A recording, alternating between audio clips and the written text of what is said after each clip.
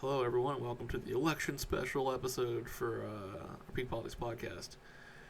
This is recorded Thursday, October 30th. Sorry, Friday, actually, because it's 1 a.m. Yep. God, that sucks. Anyway, Yeah. um, what's tomorrow? Perfect. Is tomorrow Halloween or is it the 30th? It's the last day of October, right? That's generally how that works? Yeah. Last day of October. It's Saturday. Thank you. Good to know. All right, tomorrow's Halloween. Um, I'll be doing nothing for that. I'll be probably just cleaning. Yeah. So And I'll be at Renaissance, the Texas Renaissance Festival. So talking about Biden's is Having about as fun. spooky as we're gonna get today, Yep. or tomorrow, or for the rest of the duration. It's funny how Halloween being my favorite holiday, I've just totally forgot about it. Like it's just the most entertaining holiday by far. And I've just utterly forgotten about it because this election stuff is so much more interesting this year. Yeah, it definitely is. Yeah, so we're going to be recording this episode. We're going to try and keep it kind of short. We really want to go over some of the election stuff. This is going to be our last episode before the election. We would have done this Saturday. It would have been like a full, probably like a 3-hour long episode with like a bunch of shit to go over. But neither of our schedules work out for that. Just a weekend is being taken up by other things. Yep. So yeah, that's not going to work for either of us. So we're going to go ahead and knock this out now. Yep, absolutely. Mainly going to cover why we're voting for Trump. But we're going to do an in-depth kind of review of stuff. We'll try and link as much as we possibly can. We may actually hold this until Saturday, just because we want to fill it full of links or whatever. I don't know exactly. Yeah. I'm going to drop a bunch of shit, and I Right, be yeah. able to find all the links for it. But a lot of this is from memory, because this is literally like 4 years of information.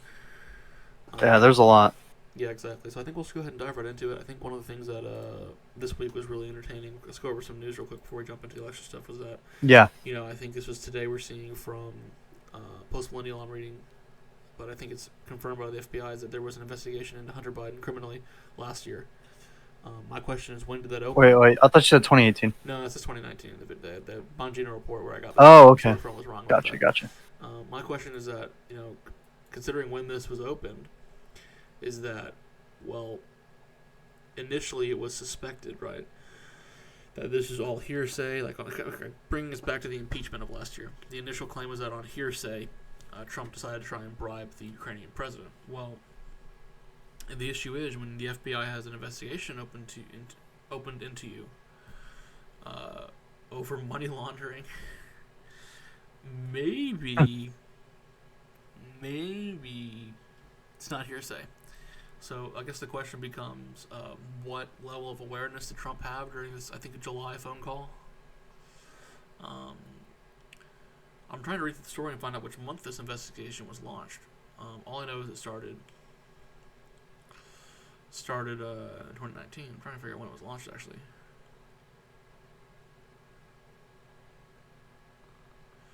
I mean, they're under an active investigation right now, but I mean, the question is, what time last year did they launch it? Right, yeah. Would it be after they got the laptop? Because I know, I'm pretty sure, didn't they say that they had the laptop prior to impeachment beginning? Yeah, they did, but my question is, like, was it before that? Because, like, my question is that there was the FBI investigating Hunter, like, in an area where Trump would have known about it, but when he was calling Ukraine. Like, is there something more to Trump's suspicions than just hearsay? Because on the call, he's like, I heard some stuff about this, Victor Shokin guy, him getting this prosecutor fired. It seems kind of fishy. Like, why was that on his mind? What was he thinking about? Like, is there some reason for it? So that's what I'd like to know. Is what it doesn't say in the article here. Maybe somewhere else I can find a source that does. If we can, we'll link it. I would like to know when that investigation was started, and I would love to see if Trump can confirm whether or not he knew that was going on. I think this probably springs from the laptop, but at the same time, it was interesting to see. Oh yeah, it's very interesting. It's even more interesting to say that if there was it doesn't matter what point in the year, if there was an open investigation, it's still open. And Trump was being impeached for trying to dig up dirt in his political opponent and by bribing someone else, bribing a foreign leader. It's like, you think could be materially relevant. That this dirt he was trying to dig up wasn't something he was trying to dig up. It's like an actual scandal actually being investigated. There's serious issues, and what he was if you consider it, if you construe it in the light of Trump had real reason to be concerned outside of politics, then this looks more like him asking for help on an issue than it does him trying to bribe someone. Right, And the point exactly. he made is another thing he made. People saying with withholding aid and how Trump's withholding aid was illegal during the Ukraine scandal. Um, the issue with that is that the State Department said it basically was routine, and that they were just holding it because under Trump's concerns of corruption. We didn't know for sure this money was going to go for what it needed to go to. Now that may not be true or not. It could be that he could have been withholding it over this instance, but the idea of corruption, the idea that people would withhold aid because of corruption in Ukraine is not exactly foreign. You'll remember that Joe Biden did that. So, of course, that was his claim, so it could be just as false in this instance too. But it's not exactly a bad cover story. But that was an interesting thing. Today was kind of interesting. Was just seeing that there is an investigation open into Hunter, and it's been open for since probably a year now, probably right around a year, if not longer. So that's really entertaining. Other stuff on Hunter, we have basically Tony Bobulinski doing his interview with Tucker Carlson and kind of laying it out, saying that Joe Biden was bullshitting, that he absolutely knows what's going on, that he literally has had conversations with him about this. Even better, he was saying that he had a business associate involved in this stuff. Can't remember what the name of the guy was. It's in the article though. Telling Tony Bobulinski not to go public because it would sink everyone. Right. Yeah. And it's apparently that was an audio clip they played of him saying that. It's ooh, that's really damning. Yeah, that is. That's not good. Not good. That's bad. And then on to child pornography stuff, because this is some developing stuff. I linked an article with an archive of his text, apparently about basically family members of his were concerned about his actions around certain minors. Right, yeah. And they were taking family members. taking steps to keep him away from them. So that's pretty interesting. You can read all about that. I don't really want to go into it. It's kind of disgusting. So just, yeah, it just is. An update there that's kind of fascinating. I think that kind of covers the Hunter Biden stuff. We'll reference it further as we get into more of Joe Biden, for sure. That's the updates from last week. There's probably a few more in there. Again, we'll try and go back and add more context. That Hunter Biden thing, even post-election, I will be adding to that list because I don't think this is going away. No, it's not. It better not be, because this is a big issue. It's a problem. It's not good. Yeah. Especially if there are children being sexually exploited and abused. No. But this needs to come out, and Hunter needs to be arrested. For sure. Probably Joe and a couple of his family members at this point, because they seem to know that he's involved in this child exploitation. Right. Yeah. Maybe. I'd say criminal negligence at least. Good God. Mm-hmm. Yeah. All right. I'm gonna skip around a little bit here. Yeah. I was reading on the economy, specifically the way it's transitioned under COVID. It seems like a certain percentage of jobs, over 14 million Americans, are basically expected to move because they now have the mobility because of remote work. At least CNBC says so. I'm going to take them with a grain of salt. But the concept has merit. This idea that we've told people they can work from home. I assume a lot of these people were doing stupid, shitty office jobs where they can manage everything on a computer. So we told people they can work from home now. And I don't know if you put that genie back in the bottle. I don't know. That's a definite. Now, that's a definite thing that could be sure, permanent. That might be something that a lot of companies are willing to take the hit for. Because, good God, could you imagine how much more profitable this business would be if they can totally close down their buildings? Yeah. Not pay for computer equipment, the whole requirement. Right, have exactly. A good computer and have a good internet and boom, yeah. Get a job. That's kind of like Uber. It really is the Uber model. It's bring your own car, just make sure it's certified that it's good, and you can do shit and earn money for us. Yeah. Damn, it's a good model. So I think that there's a real possibility we move away from, and this is I guess the point that I'm driving at here, is that if you get away from the idea that people have to go into physical buildings, you get away from the idea that cities are the epicenter of economic activity. Right, exactly. So a lot of jobs that are it's more convenient to have located in a business section of a city. No reason to do that anymore. So now cities become cultural hubs. You have food, you have this, you have that, and then maybe you have industrial stuff, things that requires actual hands-on work. Right, so what you're doing. Yeah, manufacturing or, sports, obviously. Construction. Things that require humans stuff like that to be involved. Yeah, precisely. Yeah. But that's that honestly, a lot of jobs don't. A significant portion. Yeah, that's You're very gonna true. need a Yeah. place to go to your dentist. You're gonna need like pizza shops. You're gonna need doctors' offices. Yeah, stuff like that. Yeah, so there yeah. will be business around, but I mean, can you imagine if like basically every office building just gone, lawyer's office? Yeah, dude, that would be crazy, Yeah. and that would also be better, for the environment as well, So, Fuck the environment. I but don't give a fuck about the environment. Alex Jones was on Joe Rogan recently. He made a really good point. He says, if you look at the carbon, like turning the dinosaurs, it's like 500 times higher in terms of oh percentage. yeah, that's right. And you get big ass lizards and giant, like a lot of plant matter. It's that's what happens when you have carbon dioxide. That thing that like all plants need. Right. Yeah. So it's just funny. He's like he makes a case that actually climate change has brought about. If you're going to believe climate change is a thing, higher amounts of carbon emission cause. Because climate change issues. You say issues, but the term climate change only implies that it changes, not that it's detrimental. Yeah. Right. Yeah. If Yeah. you believe like global warming, like disaster, okay, yeah, then you believe then it's not a good thing. But I don't really necessarily subscribe entirely to that. Yeah. No, not entirely. He makes a good point, and this is a point that I've made before. I don't know if it's on the podcast, but like when people bitch about like forest clearing, and also the fact is there's more plant life on Earth now than there was 100 years ago, like a lot more. Right. That's yeah. verifiable. So it's like, I don't know if carbon in the air is such a bad thing. Why are the trees doing well? What do the trees do again? Oh yeah, that little thing called oxygen. Exactly. So one of the issues you have with the smaller planets, or just planets in general, but generally speaking smaller ones, like Mars, is that over time the atmosphere is stripped away. Gravity can't hold on to all of it. It's solar storms, sunspots like that. You're gonna blast the atmosphere away. It's gonna be stripped down to nothing. I mean, look at Mars. Mars was supposedly had an ocean at one point. You can see it in the formations. That it had like a giant liquid body of water at one point. Without an atmosphere to trap that sort of heat, it's obviously not possible now. But right, they had exactly. an atmosphere that, reasonably speaking, could have contained life, and they don't have that anymore. No. I wonder why. Mm-hmm. Well, there's a couple issues there. Exactly. One of the issues is that their magnetic field, I think, is pretty piss poor. I don't know if they even have one anymore. I think because one of the theories is the dynamo, because basically the magnetic core is driven by a dynamo in the center of the planet, which is a liquid metal. So if your liquid metal becomes not so liquid anymore, you got a problem. Right. Yeah. Of course. So that's an issue with magnetic. If you need a magnetic field to maintain an atmosphere, and you do, because radiation from space will strip away an atmosphere. That magnetic field, the ionization of words.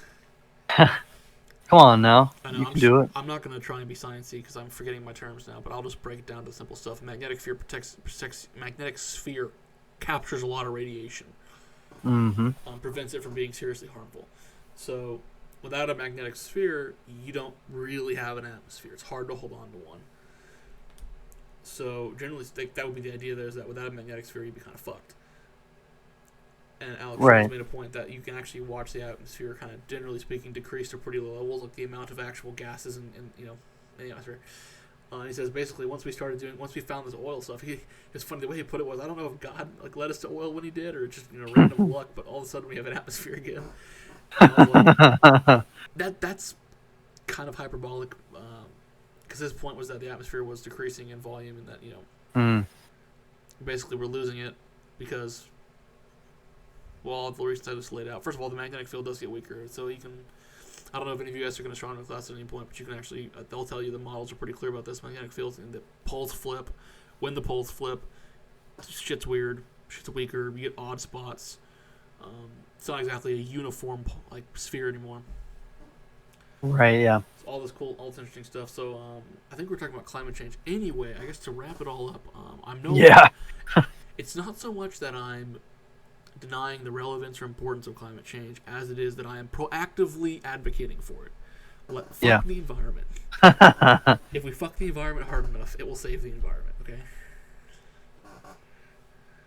I can't wait to be Thanos, 2,000 years from now. I use the fossil Oh my fuels. God. I use the fossil fuels to save the planet, but it'll be a reverse version of that meme. Instead of using it to destroy the earth, I'll use the fossil fuels to save the earth. There you go. I use the earth to save the earth. There you go. Oh, one thing that I noticed on that article, that CNBC article, they made a grammatical error. So up top on the key points, they spelled 14 million. They spelled the 14 part out, and then the next, like, they say 14 million to 23 million, and they don't spell the 23 out.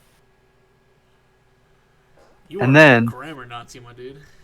Well, I didn't mean to notice it, and I didn't notice it until I went down, and the first actual paragraph of the damn thing underneath the key points has it correctly.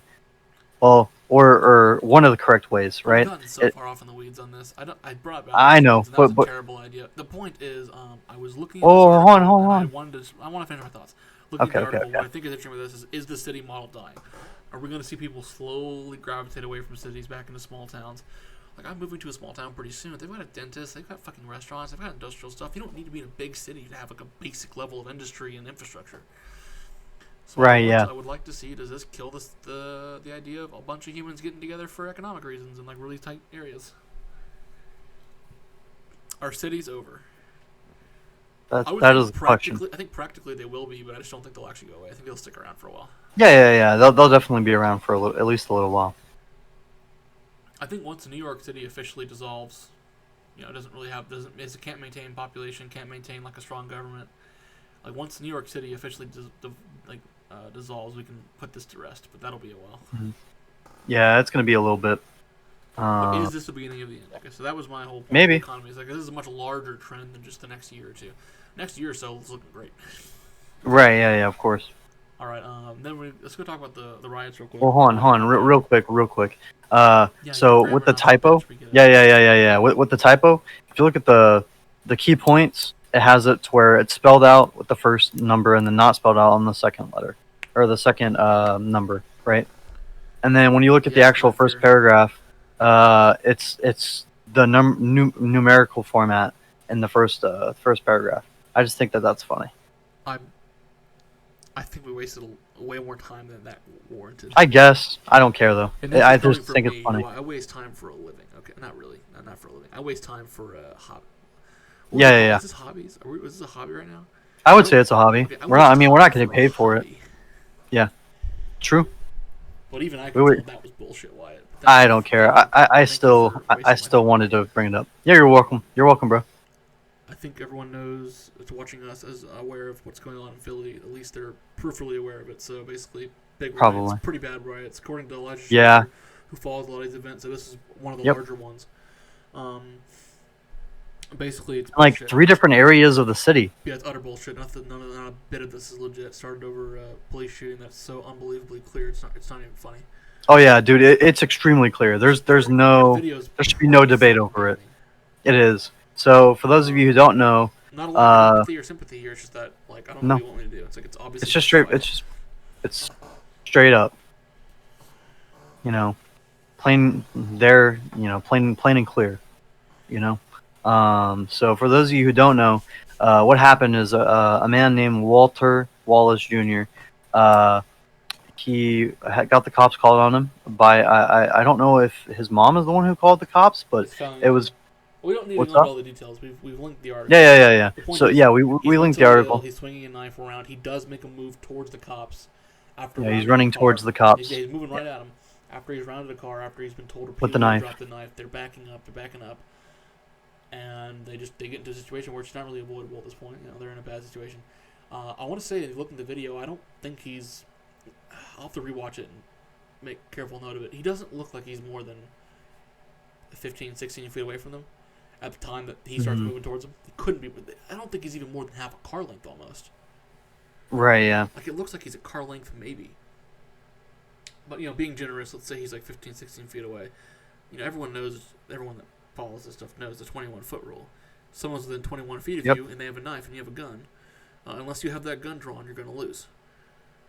So, exactly. In this case, they have the gun drawn, but they have it at a low ready. So if he's actually that close to them and they have their guns at a low ready, they don't really get a lot of options here. Yeah, they don't. They really don't. It's either not a lot of shit going on. They can allow themselves to be stabbed or shoot to stop. Here's your options. Take the chance that he's going to sit there and stab you for 25 minutes while the social workers, sort it out. Yeah. Or recognize the fact this guy has a history of domestic violence, a history of abuse, a history of armed robbery, and then after he stabs you, he may very well stab anyone in the area, which is about 12 people from the looks. Right. Yeah. Exactly. So this is one of those things where, like, even if you said police shouldn't try and defend their life, okay, that's pretty great. But there's 12, like, there's like, what are there, like 8 people that come up to help them, and there's more people you can see in the background. There are people in the immediate area that are in danger at that point. Yeah. And so I think that I've seen some people making the argument, well, like, even then I still wouldn't shoot him. It's like, honestly, at the point that you see that these people around him, including his mother, who she's hit before. I don't know if they know this, but we know this. He's hit her before. He's assaulted her before. And she's getting very close to him while he's waving a knife around. I don't know that he has I don't know he has the mental capacity to actually understand what's going on. Like he's apparently bipolar. I don't know to what extent that is. I have no idea how bad he is, but they're saying he has mental illness. I don't know what state. And they know that they know he's mentally ill. That's part of the call. Right. So, exactly. Like, I don't really know what this guy's capable of at the moment, and you can see people in the immediate area, like at least a dozen people in the immediate area, pretty much. Yeah, there's a good amount of people. Your choices are, even if you don't think the cops should be allowed to live because death to all cops, your best case scenario is he just kills the cops and stops. That's pretty fucking awful, and he has no right to do it. So basically, they're justified just on that. But a pretty reasonable scenario is he kills the cops, probably stabs 2 or 3 other people before being subdued by the crowd, because then they go, oh shit, looks like the cops knew what they were doing. Oh shit, we were hating on the cops for trying to defend us, and now we're 2 dead people already. Yep. There's like 3 people in the crowd that are dead, so then they'll probably subdue him after he stabbed like 2 or 3 people. Exactly, yeah. They'll wait until they realize, oh wait, these people are the public safety aspect of our fucking government, and look at that, he was a public goddamn danger. Yep. They'll realize that after their friends are dead, but it doesn't matter. Yeah, it doesn't. And the only other part of the situation I thought was really fucked up was it sucks that he died. It'd be really nice if he didn't have to. It'd be nice if they had tasers. I know they were underfunded. That'd be nice if one of them was in a good position to deploy a taser. It doesn't look like they were in a good position to do it, but even if they were, they didn't have them. So it'd been nice if that'd have been handled a bit better. I can't really fault them for that because it's a little bit of a dynamic situation there. It didn't look like they had like a super good handle on it as far as teamwork goes. And it'd have been nice maybe pepper spray or some other alternative. But I don't think pepper spray or tasers necessarily would have stopped this guy. Yeah, I don't know. Taser might have if he's not on drugs, but I don't know that he's not. I don't even know if it would have stopped him even if he wasn't on drugs. Well, no, because the drugs are the main reason it doesn't. So, like, if you're gonna, if the taser's gonna fail, it's largely because someone's on something that's inhibiting them that reaction that it should. The other reason it could fail is it doesn't properly connect or doesn't hit a large enough muscle group. But they're not super reliable. The point is, either way, they can be used effectively if you have a good training for them. So it'd be nice to see more funding of the police, not defunding. If this police department had the budget, they would have given these people tasers. Yeah, exactly. So that'd have been nice. Another thing that'd have been nice. Sorry, I guess I was trying to get to what was really fucked up about this. One of the things I thought was really fucked up was after he gets shot. But this is how I know there's a bunch of people on the periphery. Is that a bunch of people on the background? They all run up to and try and I don't know. None of them try to help him. None of them. Not a damn one of them tries to help, from what I can see. They just try and fight the cops off, because the cops immediately go up and try to give this guy first aid, and the crowd of people, looks like 5 or 6 people, come up on him immediately and start fighting the cops, pushing them off and whatnot. It's like, okay, this is about Black lives. If you think that this man didn't deserve to die, you think that he needs help, or that you think anything remotely to the extent of the cops are wrong here, the least you could do is get the fuck out of the way and let the people that are trained actually provide medical attention to this man. Yeah. I don't know if he was dead when he hit the ground. I tell you what, something like that. He definitely was dead at the point that they wouldn't let the cops help him. That was a death sentence. Yeah. I do not know if he was dead when he hit the ground. I know for a fact he was dead the second the cops couldn't get to him. That is a death sentence at that point. That many bullets in you, you're fucking gone without immediate help. Yeah. So I know for a fact that even if he wasn't dead when he hit the ground, then he very well might have been. But even if he wasn't, he was absolutely certainly going to die at the time that they intervened and stopped him from getting medical attention. Yeah, exactly. So fuck you so much for saying you think anything to the effect of Black Lives Matter, but you're gonna get in the way of the only people right there trying to help him. Like, fuck you. Like, his mother, notwithstanding, I get it. She's emotionally distraught, every right to be. But other people, fuck you. Yeah, 100%. And one thing that I also wanted to mention is that a lot of people on the left, I'm sure, are going to be like, well, if so this is why you need to have social workers going with them. And I'm just sitting here like, oh yeah? What would a social worker have done there? Said, hey, can we talk this out? And you know what had happened? We would have gotten stabbed. He or she, they would have gotten stabbed. Because that dude did not care. he wouldn't have a cared. very long interaction. It's like unlike the No. George Floyd situation or the Rayshard Brooks situation, where you can Yeah. see that there may have been a peaceable solution to this, had Yeah. the people in question made good actions, taken some good Right, actions yeah, towards yeah. the end. And George Floyd is on drugs, so I mean it's hard. Yeah. The other guy was drunk, but clearly not so drunk he couldn't hold the conversation. The other guy was just Right, afraid to go yeah. to jail. Rayshard Brooks was just afraid to go back to jail. Yeah, exactly. But because it was, I think it was 3 strikes for him, whatever it was. Something like that, yeah. Anyway, whatever the deal was, George Floyd was on drugs, so it's hard to hold him against him. But basically, in a couple of these cases, if the people just comply with the police, it'd been fine. And from the beginning, initially they kind of do, and then things turn bad, like the Rayshard Brooks, like the George Floyd thing. Yep. In this case, from the very get-go, it's a very short interaction. It is. It's They very, show up, very. he's acting like really fucking insane. We get like what, a 40-second video of this. It's a very Something like that. Yeah, it's very. So I'll have to see which, because you get multiple different versions of this and different links. Yeah. I'll just find the longest version of video that I can, but it's not a very long interaction. No, it's very quick. So there wasn't really a lot of room anywhere in there. Because I mean, if the first thing you come up on is a guy being, belligerent or not belligerent, I don't think that's right. He's being non-compliant. He's going out of. He's kind of shoving his mom off of him. He's not being very responsive to his family members. And he's waving a knife around. It's like, okay, well, this guy doesn't give a fuck about his family because they're trying to stop him. He's waving a knife around. Yep. So I doubt he's going to give a fuck what you have to say. And he didn't have to wait long to figure out because as soon as I asked him to drop the knife, he made moves towards him. Yeah, so he was like. Wait to find out whether or not he cared about these police. Hey, he basically told you immediately what his intention was. He did. Yep. Yeah, and it's fairly obvious. Like, why did he shoot him so much? Like, I'll link the video here from like a month ago.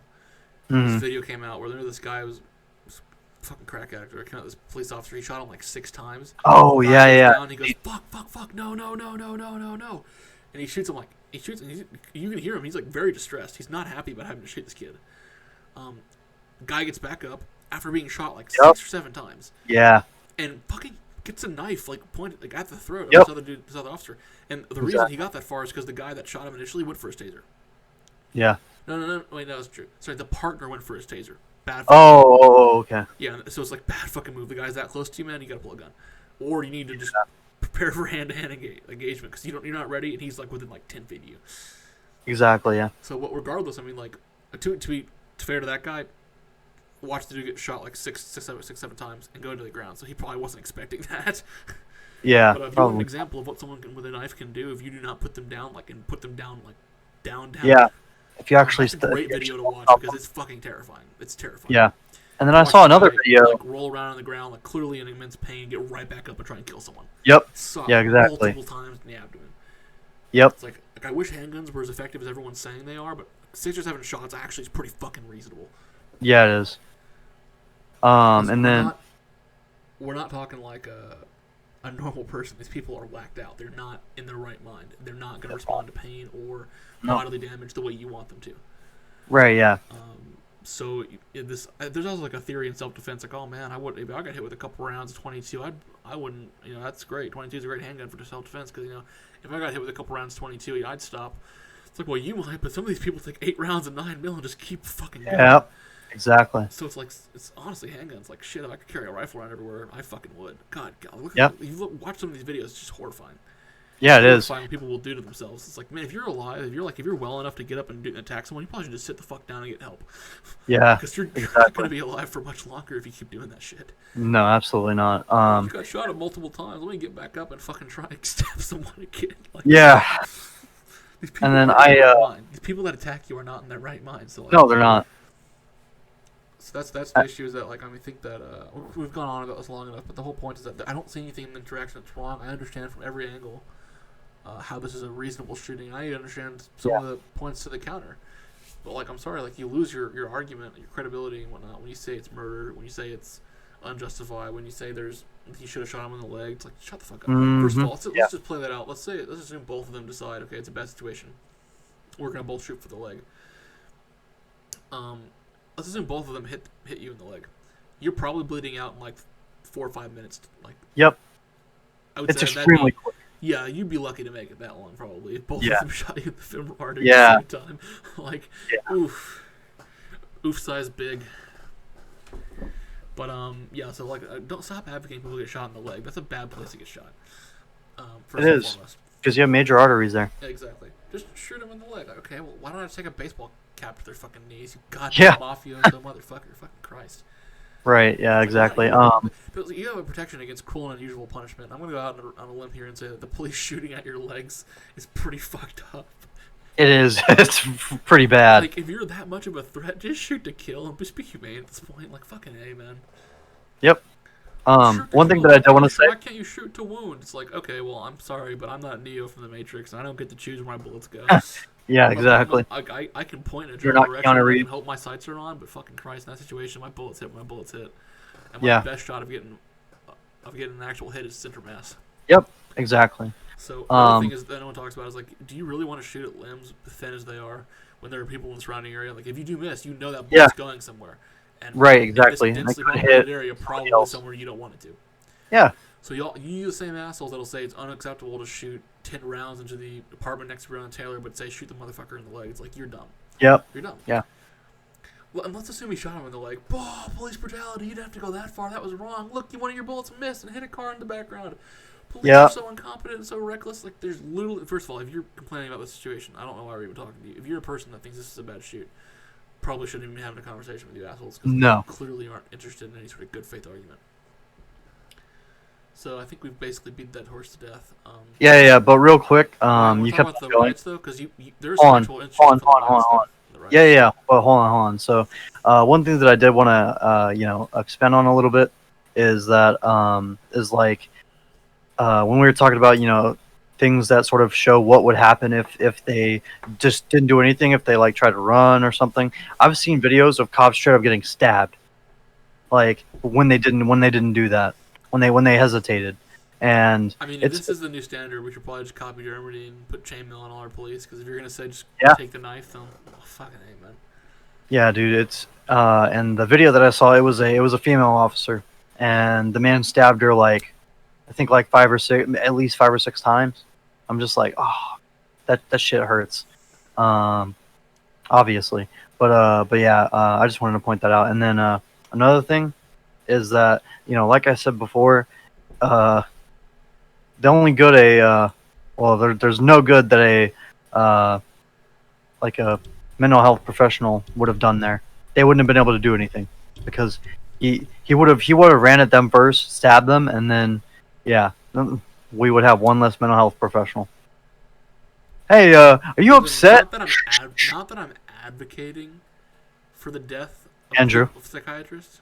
Hey. I know what you're about to say. But stop. Fuck it. Go ahead and assign him. See what happens. Oh my gosh. All right. And then. Oh my god! Can you imagine a proper psychiatrist shows up? It's like, okay, sit on the couch. Now I hear you have a bad relationship with your mother. Is that maybe because you want to have sex with her? Get Freuded. Yeah. And then one thing I also wanted to bring up is this guy also had a criminal history.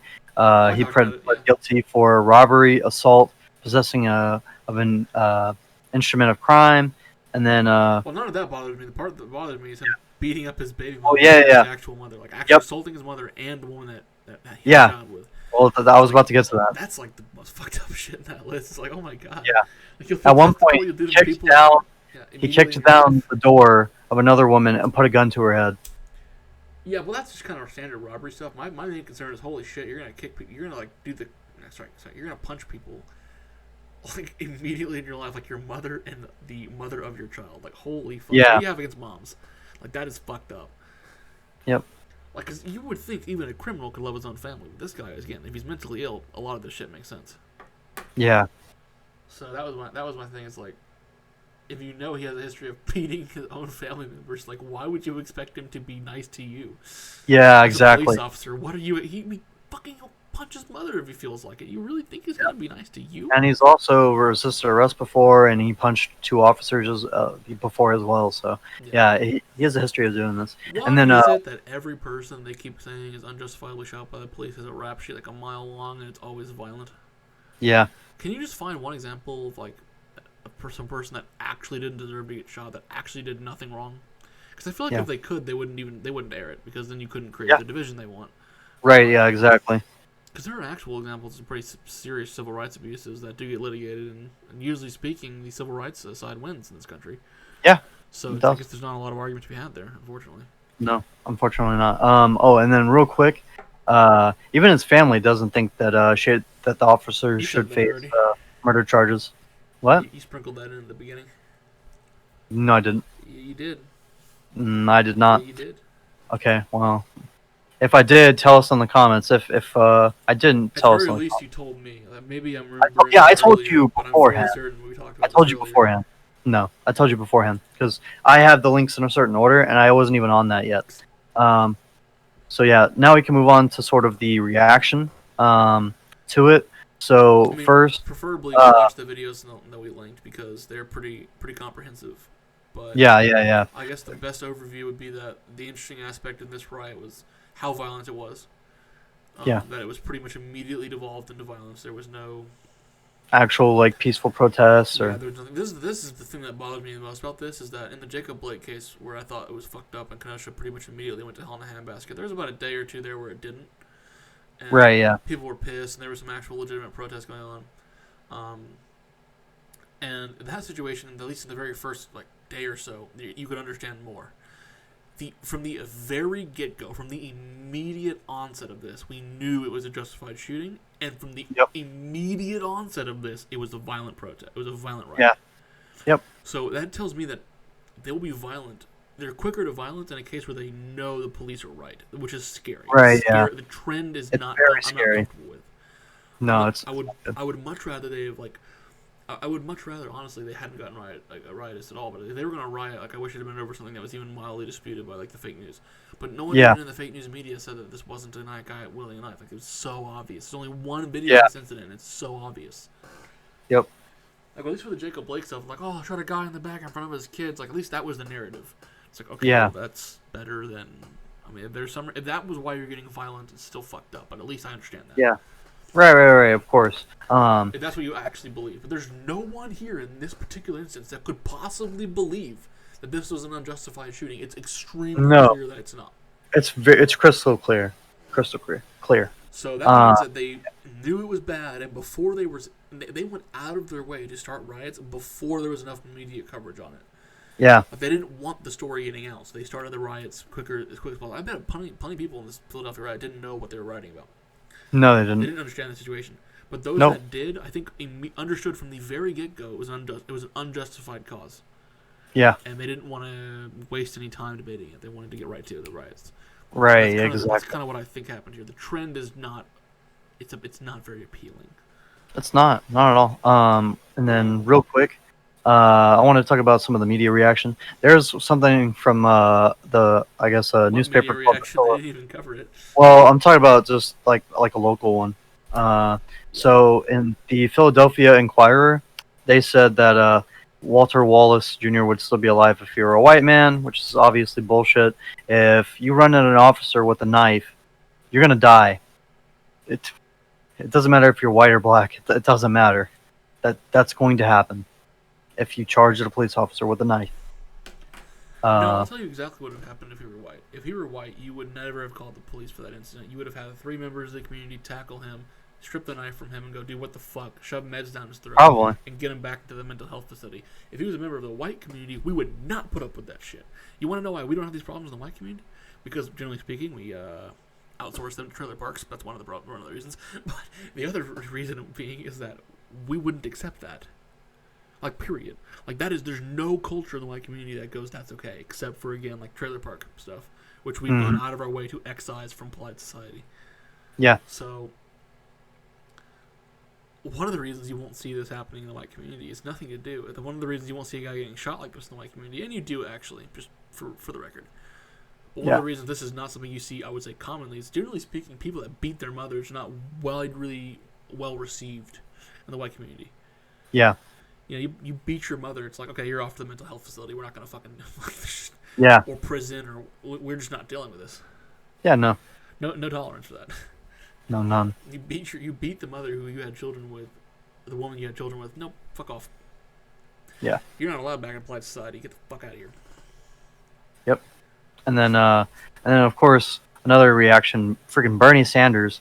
He said that Walter Wallace should be alive today, and our thoughts are with his loved ones. The police responsible for murdering him in front of his mother instead of getting him the medical attention he needed should be arrested, investigated, and prosecuted by the Justice Department. Bro, some of the biggest gaslighting I've seen from Bernie. That's bullshit. It's so bad. Bernie's is generally speaking bullshit.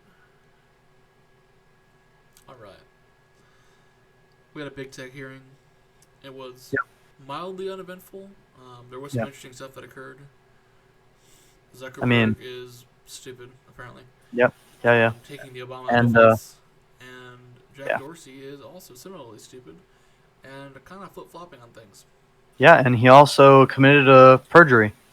Yeah, but I mean, it's kind of the flip-flopping is kind of where he got into that. So I think he's said explicitly before that his platform can influence elections, ergo it has to be tightly moderated. Yeah. But this time it can't influence elections, ergo its tight moderation can't be a problem. Yeah. But I'm specifically talking about where he said that you could tweet out the article. Yeah. And that seemed more like people still couldn't. He might actually have believed that. Because it looked like he was someone who knows what's going on. I don't know. I don't know, man. I'm not willing to give him a benefit of the doubt on that. I kind of am because I don't think he actually. He's testifying before Congress, man. You can't be doing that shit. Well, perjury would imply that he intended to lie. So my thing is that I don't know if he intended to because he's not someone that strikes me. Wait, is that an intent thing?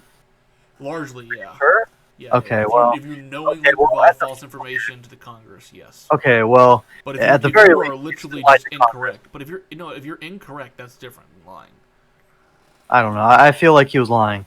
Well, I feel like he probably wasn't. I feel like he thought because if you look at his other media, like if you look at the way he interviews other people, it's like he just seems ignorant. It seems like he's just sort of there as a figurehead. I don't think he's really in charge of that place. I think he may be in some sort of transcendental way or incidental way. He may be in charge. He's not really there in any meaningful way. The employees clearly run the place. Right. Yeah. Obviously. My point was that he may honestly have thought that was true.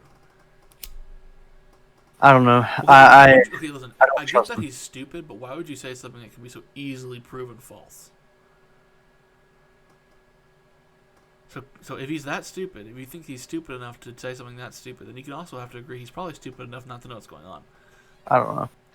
I feel like that's not what it was. So he's an evil genius that just happened to provide an extremely easy way to perjure himself. He's also, like. Okay, this is my thing. Is he incompetent or not? I didn't say he was. You're the one who said that. Okay, well you're implying he's incompetent by saying that he must have lied about that, even though it's so unbelievably easy to prove. I mean, within 20 minutes of him saying that, they had articles rebutting it. Yeah. So if it's that fucking easy to prove, why would he lie about that? I don't know. Like, it's a really specific lie, too. Like, just delete the original post and repost it, it'll be fine. I feel like he may have been told that. I think he may honestly have been told that was the case. Well, that's not what I'm talking about. I'm not talking about that part. I'm talking about where he said. But that is the part, though. He said that if the New York Times reposted the link now, it'd be fine. Right. But that's not the case. That's not true. Well, yeah, but the thing is, does he really know what's going on with that company enough to tell you as much? Well, what I'm saying, I wasn't even talking about that part. I'm talking about before that when he legitimately said that the article is no longer banned or whatever. Yeah, that's. But no. But hold on. But what you're talking about was after he initially said that, and then they brought. The relevant part is that he said that if you were to repost it now, the New York Times could do that. They wouldn't be banned, and people just said, well, that's not true. Like, if they were to take down their original and redo it the way you said it was, they'd get hit with the exact same shit. So, right. That was the big issue for me, is that he said the New York Post could clear itself of this problem, and that wasn't true. Right. And then also, that's all tied in one thing, all encapsulated in one fucking thing. Wyatt, can you give me the credit that I at least nailed the issue? It was before. It was later on in the interview. Whenever they asked him about the New York. It's the hearing, but I appreciate it. Okay, fine. That's not relevant. My point is that he's saying that was the worst part about it, was that he. I know. I was getting to that. I just wasn't there yet. And then. Same issue? No. He's wrong in both cases. Why does it matter? Yeah, I understand that. Okay. Anyway. He's wrong in the exact same issue in both cases. Okay. One thing that I did want to mention also about the New York Post thing is, even if that was true, why would they want to do that? Because they wouldn't get the same traction as the first one. So it's algorithmic basically. He's just saying the algorithm now is not set up to pick up that link, but it obviously is. So it's yeah. Yep. But my thing is like I don't really know if he's lying. Like I don't know if he was lying in the sense that he actually intended to mislead, because that is so unbelievably easy to verify. Like when Mark Zuckerberg lies, you know it. Yeah. He goes, well, have you banned any left-wing? They asked Mark Zuckerberg, have you banned any left-wing sources that you know of? Well, they asked that question last time. You said they gave the exact same answer. So now I know you're skirting the issue. Yeah. I had like a year to prepare this question. Yep. So and he goes, I don't have a list of that at this time. It's like, no, you never will. You'll never answer that question straight, because if you had answered that question straight, you'd have to either lie or admit you're a partisan piece of shit. Yep. So that's more clearly a malevolent answer, because he's clearly trying to dodge this question because he knows the answer. Oh yeah, absolutely. Jack Dorsey just seems totally fucking competent. I listened to his podcast with Joe Rogan and Tim Pool. Tim Pool took him to bits. Yep. The dude doesn't know what's going on in his own company, so he's an idiot, for sure. Alrighty. But yeah, is the New York Post still banned from their account, or did they get it back? Out, I think. Oh my god. I haven't heard anything saying they've been reinstated. So that's insane, bro. It's crazy. So let's go back up to the main issue. This podcast is taking forever. Yeah. Back up to the main issue. Oof. Cough, cough. All right, back to the main issue. Are we gonna go over why we're the election and why we're voting for why we are voting/voted for Trump? Yeah, because I haven't put it yet. I'm voting on election day because I want the excitement of going to the polls and pissing everyone off in real time. Right. Yeah. And I voted on Wednesday, I think. Wednesday or Tuesday. Tuesday or Wednesday. It was Wednesday. Yeah, you told me as much. If I'm recalling correctly, and I think I am. I think it was Wednesday, I believe. It doesn't matter. The point is, we're gonna go the Donald Trump route. We'll get into a detailed explanation why. Also, I want to break down the candidates more specifically before we even get into reasons why. Just have an honest breakdown of the candidates. Yeah. So, I guess we should do this pros and cons, and we'll just start with. Gosh, pros and cons for Biden is gonna be so heavily weighted. Yeah, it is. Yeah, it is. Pro, start the legal wars in Libya. Yeah, no, that's not. Let's start with the Donald Trump. We're not rhinos, bro. We're not rhinos, bro. Speak for yourself. I got that rhinoceros energy. Oh shit! Get out of this podcast. Stop that. No, I'm kidding. But let's go ahead and do a little bit of a dive into Donald Trump and why we think that his last 4 years vindicate voting for him. Okay. Do you want to go first, or do you want me to go first? I'll do the list of cons, and you do the list of pros. Okay, I can do pros. Pretty specific beefs. Yeah, of course. Do you want me to go first, or are you going to go first? Of course. What's up? Yes. Present the best base first. Okay. So for me, the top issues is him or his policies on the economy. With how good the economy is doing. Obviously, you're going to talk about spending part. Yeah. Like cutting regulations. It's pretty nice. Yeah. Cutting regulations, decreasing taxes, all that stuff is awesome, and puts more money in the taxpayer's pocket. So good stuff. And then his foreign policy has been fairly good. Despite the media's willingness to lie and say that he hasn't been. He's been extremely tough on Russia, which we've talked about him being a little too tough, but he sees them as an enemy, which they are. He sees, China as an enemy. Not a competitor. I don't necessarily agree that Russia is an enemy. I think they're just hostile. I see China as an enemy for sure because they're pretty much open about it. But I mean, I would disagree that Russia is definitely an out-and-out enemy. I think they were back in the Soviet Union days, but I still think that they are now. I lean more towards they still kind of are. Now, I don't think he needs to be as tough on them as he was, especially because they didn't give him any credit for being tough on them at all. They gave him no credit for that. But anyway, so back to the general stuff. Peace in the Middle East is breaking out, which is freaking crazy. He moved the embassy to Jerusalem, which presidents have been saying that they were going to do it for the past, 3 or 4 presidents have said that they were going to do that. More, Obama, actually. Obama said he was going to do it. Bush said he was going to do it. Clinton said he was going to do it. I think the and Bush before him said he was going to do it, yeah. I don't know what Bush Sr. did. I don't know. But yeah, he actually did it. And of course, those Middle East peace deals are freaking crazy, insane. He actually was able to sit down and have a conversation with Kim Jong Un. After apparently Obama, whenever he had his discussion with Trump before he left office, he said that they were his number one threat, or that they were the number one. Wondering why that was the immediate thing he did when he got into office, was deal with them. It's because that was exactly what he was told to do. Yeah, that's exactly what Obama said. He said that he thinks that we're going to be at war with them.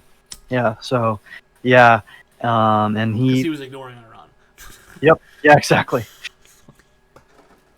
But yeah, and it's just very interesting. He was able to actually have a meeting with him, which is crazy. That's never happened, right? Meetings have happened, but no one's ever crossed into North Korea before. Right. Cross into North Korea. He's made a lot of progress in that direction. Yeah, a lot of progress. And then back here, doing the trying to get the school choice thing, I think is really awesome. Title IX reform and the education stuff, he's been a bit better. I mean, I'm not really a big fan of the government education, but at least they've been better at running it than Obama was. Yeah, absolutely. And then he restored funding for historically black colleges, did criminal justice reform, the First Step Act, all pretty good stuff. Bunch of pardons and things like that. Yeah, bunch of pardons. He's building the wall, which is great. Yeah, we're up to like 400, 500, 600 miles. We're up to like I think we're at 400 to 500. Yeah, I think. I haven't checked on the wall for a while because I'm not super concerned about that. Yeah, at the moment. Yeah. So my big thing was I didn't really care about necessarily a wall. I just wanted more funding for border security, and I want to be taken more seriously. And it seems to be the case. Absolutely. And then I'm trying to think of what else. So. He fixed some of our trade deals. Yeah. Blew up. TPP, he just shredded. I don't know if we actually ever officially entered TPP. I can't remember. But TPP is not a thing. NAFTA's not a thing. He got NATO to pitch in its proper amount. Fair share. Yep. Yeah, exactly. He got a lot of really good concessions out of China when they went to renegotiate the trade deals. He got it to where they were buying our products too. Right. Yeah. Yep. Absolutely. And then he also pulled out of the Paris Climate Accords and the Iran deal. Yeah, both of which good choices. Yeah, but both good choices to get out of. And under Trump, we've had lower CO2 emissions, which is nice. Yep. It's funny how when you let the economy do its thing, it does its thing. Yeah, exactly. It's funny how when 60 to 70, maybe 80% of the country feels like emissions are a problem, and then you just tell the free market to get on it, they get on it. Isn't that weird? Yeah, exactly. It's and then on regulations is not the way to fix a problem. Ooh. Yeah. Crazy ideas. Crazy towns up near Wyatt. This is insane. Yep. Yeah, exactly. And then lowest unemployment. Is it with total unemployment? It was the lowest that it's ever been, right? Or pretty close. I don't know if it was total lowest unemployment. I do think it was record high labor participation. Right. That's right. Yeah, record high. But there were in multiple communities like the lowest ever recorded. Like I think Hispanic. Lowest black unemployment, lowest Hispanic. It might have been like 50, I think it might have been for like 50-year low for women because I think during World War II they were pretty heavily employed. Okay. Yeah, something like that. But it's freaking crazy, man. The job numbers and everything is freaking crazy. Yeah, and it's almost like if you let an economy recover from a recession, it recovers from a recession. Yeah, exactly. And then, and then also on like the non-policy front, he's also had been just really good in like the culture war and fighting back against the media. The lamestream media that's just so unbelievably biased. He's fighting against that, telling the truth about it and how he exposed it. He basically exposed them. You know. Well, I think he just brought attention to it. I think he was. Yeah. I think Republicans have been bitching about it for a while, but I think he really Yeah. Mainstreamed properly put that in the right light. You know. Yeah, yeah, he People definitely have a did. He much definitely. better opinion of the media now than they did before. Yep. I Yeah, think it's down to exactly. like 14% of people trust mainstream media now. Yep. Yeah, which is how it should be with our current Well, media. that's if they're asked the question. I think 50% of the country still blindly believes most of what they hear on the Yeah, TV. probably. Yeah. Because otherwise, how does Biden explain? Like 14% of people Yeah. wouldn't get Biden, so you wouldn't have Exactly. these numbers. So I think that more people believe it than they say they do. But that does tell me that people, at least subconsciously, know it's not hip to say you believe everything the TV says. Right. Yeah. Exactly. Yeah. They've caught on. They're learning. Yep. The old people, they're learning. Yeah. You know that For thing real. that they told us for decades? They're finally starting to take their own fucking advice. Yep. Don't believe Exactly. what you hear on TV. Yep. 100%. And then yeah, and then he's fighting back remember when they tried to against. flip it on the internet? Remember that? I think they've stopped doing this now. Remember when there was like a campaign? Oh, you read that on the internet, didn't you? Yeah. It's like, yeah, on like Stanford's website, you fucking bitch. Like, why does it matter that it was on the website? What does it matter that it was on the World Wide Web? That's where you put information, you dumbass. Yeah. Exactly. You want to talk about unreliable sources of information? Go to your 60-minute clipped as fuck motherfucking 24-hour news cycle bullshit with its goddamn clickbait ass crap. Tell me that that's good information? Like, have you ever seen how they run cable news? It's not suited for the best information available. I'm sorry, but you want to. But I'll tell you what it is: putting a 4,000-page document on the fucking like non-planar 3D printing. Yeah. It's like, there you boom, go. there's all the information you could ever want, more than you'll ever possibly read. You Yep. gotta get a 4,000-page document on non-planar 3D printing in your fucking TV. No. I remember that. The Wikipedia stuff was like, oh, you read it on the internet, didn't you? It's like, yeah, okay, but you know, that how internet do. Right. Yeah. Yeah. Exactly. It's All right. access to all human knowledge. Yep. So, All right. So back to Trump. I guess I'm just saying that it's kind of nice to see that. I think he's gotten people into alternative media. Yes, he has. And that's why Daily Wire is doing so well. Yeah, exactly. You know, and Blaze and Crowder. Tim Pool. Yep. Tim Pool. Yeah. Dave Rubin. I think much of these people would have much less traction if they were believing in the media. Yeah, 100%. And then also he's done a good job fighting against the you know, and exposing the woke scolds and the woke scolds. Yeah, the far lefties. Yeah, he's done a really good job exposing them for what they are. Californians and all the fucktards over there. Yeah, absolutely. And then he's fought pretty well. I guess if we're talking about positives, I guess if we were to boil it down as far as like culture war stuff, Trump pisses off everyone that you don't like. Yeah, pretty much. That's a legitimately awful human being, Trump seems to piss off. Yeah. And it's funny, he'll piss off good people too, but the people that really go hard against him are the really bad people. Yeah, they are. The establishment, the pro-war establishment. Right. That's what I was about to get to. Is that he's also fighting pretty well, harder than really anyone else, you know, has recently to drain the swamp, right? Get rid of. Participated. I think he kind of sabotaged himself when he didn't support Michael Flynn. Yeah. Kind of made it hard. I guess that's more of a con, though. We'll get into the cons later. But yeah, he's been more outspoken against the fact that there is a bureaucracy in Washington that is awful. Yeah. And he's done a lot of firing of them. Exactly. Yeah, he's been pretty proactive, I think, in fighting certain aspects of the really corrupt, bureaucracy. Yeah, absolutely. Not effective enough though. Yeah. Let's shut the F going. The FBI being as awful as it is, and other CIA and whatnot. Just looking at some of the shit goes down over there. But it's still a decent start because he's still doing more than any other politician has done in the last. You know. Well, what's nice about it is that it's proof that the sentiment is viable, that people will vote for that. That the establishment doesn't have control over us. Yep. For sure. I'd like to think that they do, but yeah, absolutely. I ceased being accountable to governments when I learned how to 3D print a gun. I don't give a fuck. Right, exactly. And then the last thing for me. Free human now. Yeah. Thanks, Donald. Yeah, and then the last thing for me is the fact that he's supporting the pro. To put it in a meme form, remember all those sometimes something bad went down, like thanks Obama. Yeah. It's funny how that doesn't work for Trump. I've never heard that sentiment for Trump. Yeah, no. And I almost feel like it's because there's nothing to say. Yeah, there isn't. It's like, oh no, peace in the Middle East, thanks Trump. It's like, what the exactly. What can you complain about? Yeah.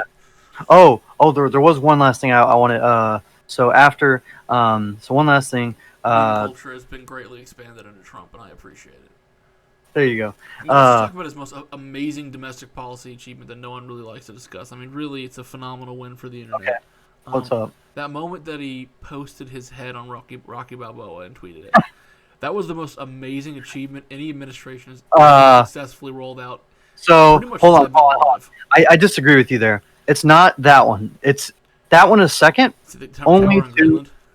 No. Well, that's top five. Solid. That's top five. No, but the top one was the clip of Biden saying, "Oh, I don't know anything about my son's business for foreign deals." And then you hear, "Yeah, look at this photograph." Yeah, that was so good. That's my number one. That's my number one. Because that shit was great. I agree with that to an extent. Like in terms of like effectiveness, it was strategical and biting. But nothing. This is like the thing where Trump pisses off everyone that I don't like, and it has nothing to do with policy. It has nothing to do with anything. It's only his. It's purely by dint of being himself. He does it.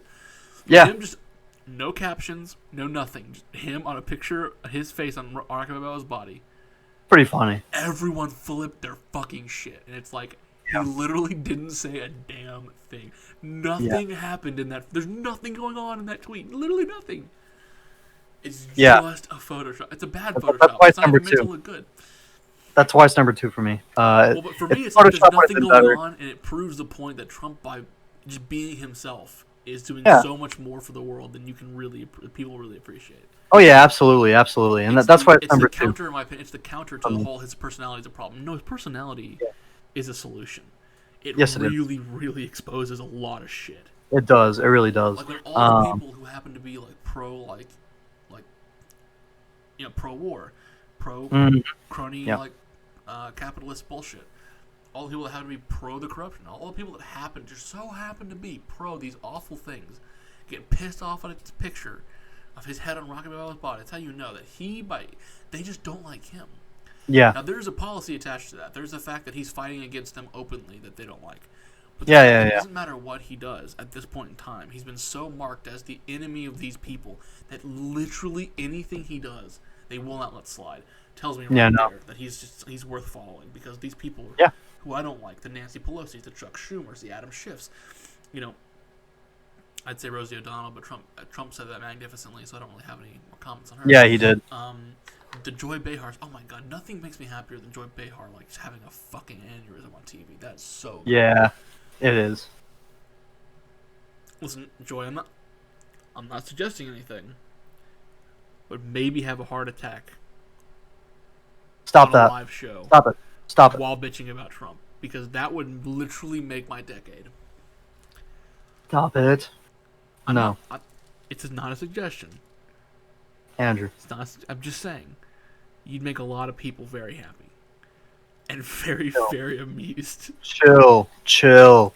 Andrew. So first back of all, to... Fuck you, Wyatt. I'll say what I want. Secondly, I mean, you can. It's a joke. I know. Don't even pretend you wouldn't laugh your ass off if she had a heart attack bitching about Trump on TV. That would be the funniest shit that year, and everyone knows it. I will neither confirm nor deny. All right, so back to my the pros, because I have a couple more. So, like I said, I don't know if you heard me or if they heard me, because you sort of interrupted me. But keep doing it. Yeah, I know, and it's fine. I don't really care. There's no Chris Wallace here to save you. Yeah, right, exactly. So he's been very supportive of the pro-life movement, which I don't really know what he's done as far as policy goes. I know Pence goes to all those all the marches and stuff. I mean, for me, I'm super curious about that because I know that when he initially said he was going to run for as a pro-life person, he said he agreed to put women in jail, and then he immediately backpedaled. So yeah, he did. I hope he has a more fleshed out opinion of that now, but there is no doubt he was the most pro-life president. Yeah, definitely, and for sure. And then the last thing for me is putting all those conservatives on the courts, right? All those originalists and textualists. I mean, for me, I want to say the final thing that really, really pushed it for me is going into 2018, 2019, where I was still kind of he's funny, but is he a guy that I really, really love? Whatever. Yeah. But going into 2018, 2019, it's watching all those rhinos, watching the Lincoln Project start up, watching the Republican establishment get so pissed off. And even in 2015, it was one of the things I really liked too. Yeah. But I think one of the things is really looking at it and seeing, like the Justin Amash's, like the people like that, the Never Trump group, Mm-hmm. and seeing how many of those people became incapable of voting. Like in the midterm, said vote for Democrats because Trump's so awful. Yeah. And it's like, these are the people that make it impossible for me to be proud to be a Republican, and they're openly leaving the party. Yeah, they are. Exercise the demons from our fucking party. Yep. He came in there like a fucking, like it's the damn Exorcist. Yep. And he's like, God damn, what the fuck is that thing writhing in the bed? And he's got a broom and like shuffled it out of the fucking house. It's like, no, get the fuck out of here. No, go and get. Yep. It's like, over the border. Well, we don't want you here. Fuck off. Yep. Get the hell out. And here's how you know that Trump is legitimately good for the country. When all of these conservatives, I'm a regular George W. Bush conservative, but I'm voting for Biden. It's like, yeah, I know you're definitely a George W. Bush conservative because you're voting for the warmonger. So it's like, yeah, of course. I can see it. Yeah, 100%. Yeah. George W. Bush is listen. I don't know what Obama was. Maybe like Moloch or something. Maybe you sacrificed children to Obama. The drone strikes would certainly suggest that's what you're doing with Obama. But like, I know for a fact Bush is the devil. Yeah, it's not good. That guy. It's not good. Oh, I actually did forget one thing. Bush Senior, I'm not convinced. I don't know enough about him. Yeah, same here. Patriot Act, the TSA. Yeah. Whatever dumbass motherfucker subjected us to the TSA, you're not a good person. Sorry. Yeah. Here's the thing. In retrospect, he actually might be. Like, if you look at his, like, how he lived his life outside the presidency, he might be. But the people he surrounded himself with, the people he took suggestions from, the things he signed into law, fuck that guy. Yeah, it's not good. The only thing he has over Obama for me, the only thing that makes him better than Obama for me, is that the economy was reasonably okay. Unfortunately, it did crash at the end of his presidency. He's probably at fault for some of that. Yeah. I would say definitely, for sure. And I would say the other thing he had going for him is that the wars he started, he at least, mostly, got congressional approval. Yeah. Unlike Obama, which is my last. I know zero congressionally approved wars. Yeah, no. I'm pretty sure Syria wasn't approved. I don't think hardly any of it was. I know Libya definitely wasn't. Libya was the most flagrant abuse, but I mean, I think I'm going to say that a lot of them weren't. A lot of them were pretty much not allowed. Right. But yeah, that's really my last thing. Yeah, that's really my last thing for Trump is he didn't start any new wars. He didn't declare. He also didn't declare any illegal wars either. So yeah, no. But yeah, if you want to see like if you want to get, because I don't think we do enough justice. If you want to get an understanding of Trump's foreign policy, Jared Kushner did a Sunday special with Ben Shapiro that really shed some light on what the Trump's foreign policy team is thinking as they go into these issues. Yep. And it's nice. It's nice to hear it from the inside. I gotta say, I agree with the approach. Yeah. Me too, man. I think I don't necessarily think it's any specific idea they had in their head when they went into it. It's the approach they took to every issue. They approached it the same way, So I'm gonna go into some of the negatives now. Yep. Cons. I'll bring up some positives as I go in there. Things that he didn't bring up. Sorry, that Wyatt didn't bring up about Trump. Of course. I'll go into some of the cons. I think the biggest con for me is someone who genuinely appreciates economic growth and activities. I don't like the spending because I understand that I'm gonna have to pay for that at some point through inflation or something else. Which is why I've been very clear. I'm a crypto anarchist. I don't think the government should be involved in the internet resources whatsoever. And digital currency is one of those spaces that I think the government shouldn't be involved in. And thankfully, largely they're not. So if you want to secure yourself against inflation while still having the flexibility of having some money you can spend, of course, you can't spend gold. You got to go trade it out. No, but you can definitely spend Bitcoin in a lot of locations. Yeah. So I would say invest in Bitcoin. Maybe find what other coins are being accepted by your local shops in your areas, and invest in those too. Because that's a currency. You can take that places and spend it, but it's a currency that's protected largely against inflation. Or at the very least, it's protected against tampering. Yeah. I think some inflation is going to be natural. But the inflation, as far as Bitcoin goes, I don't think really the Bitcoin's going to inflate. It's just going to be its value relative to the dollars, because the dollar is going to be what gets fucked with. Right, yeah. I would say you'd be smart to invest in Bitcoin right now. Smart to invest in things like gold. That's my recommendation there. So that would actually be a positive for Trump, is that he's undermined, from a crypto anarchist sense, or from an anarchist sense, he's undermined respect in certain institutions. That's not an anarchist sense. That's a crypto anarchist sense. Remember, there is a difference. I can say in a properly anarchist sense too. Or a really hardcore libertarian sense, he's undermined the faith in certain government institutions, which is good. Yeah. Like, he's basically said the FBI is totally illegitimate and good. You should think that. It's not legitimate. Look at the way they act. They're not a legit organization. From the Parkland shooting to the fucking Russia probe, where had they been good? They haven't. Just tell me where the FBI has been good. Well, you can't, because they haven't been. Mm-hmm. So, I'm sorry, but I think on an anarchist or super hardcore libertarian level, whichever group you want to say is lobbying for the destruction of the FBI, and I'm definitely in that group. It's nice to see him it's nice to see the undermining of faith in certain institutions, which I think are deeply corrupt. Yeah. That's pretty cool. The U.S. dollar included. Ha ha ha. But, so that's actually a positive I would bring up that he didn't mention that. Wyatt didn't mention is that he's actually not just in the media, but there are certain government institutions that he has discredited as well, and I think that is to the benefit of the American people. They understand these institutions are not their friend, that they're acting very badly.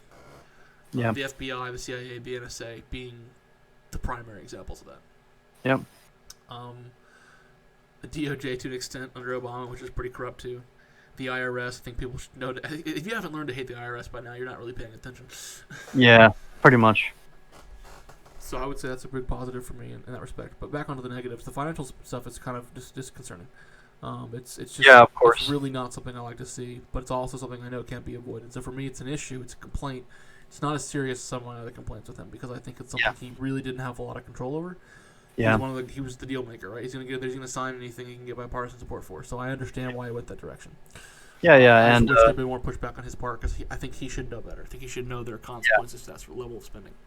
Right, of course. And then to be honest, I feel like we wouldn't have really gotten much better with the other candidates. No, I'm not saying that anyone else would have been better. Except for Rand Paul. Because Rand Paul would have been the best. Right? I'm still pissed we don't have a Rand Paul or a Ron Paul or a Rand Paul presidency because our country would be financially and on a foreign policy level, it would be so much better off. It would be awesome. At least just 4 years of either Rand or Ron Paul. Probably Rand at this point. I don't think Ron can run anymore.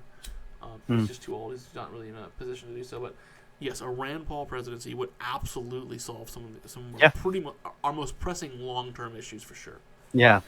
Particularly the spending. Yeah, and he's actually got a good stance on police reform. I think he'd be more capable of the no-knock warrant stuff. I kind of agree with him a lot on. I think that he's got a better stance on the police reform issue. He's coming at it from a much more rational area than even Tim Scott. I think some of the stuff Tim Scott put in his bill I didn't agree with. But I think Rand Paul's got a good mind about these things. A healthy distrust of the government. Yeah. So I think he's been consistently right on financial and foreign policy issues. Let's put it that way. Yeah, I'd be concerned though because he would be the next assassinated president, maybe, or at least there'd definitely be attempts. Bitch, they took a baseball bat to him and shot him up at a fucking congressional baseball game. He's the man of steel. He's Rasputin up in this bitch. Oh my gosh. Or I guess Man of Steel will be Stalin. That was a Superman reference, but it ended up being a Stalin reference. Anyway, yes, Rand Paul is Stalin. No, I'm just kidding.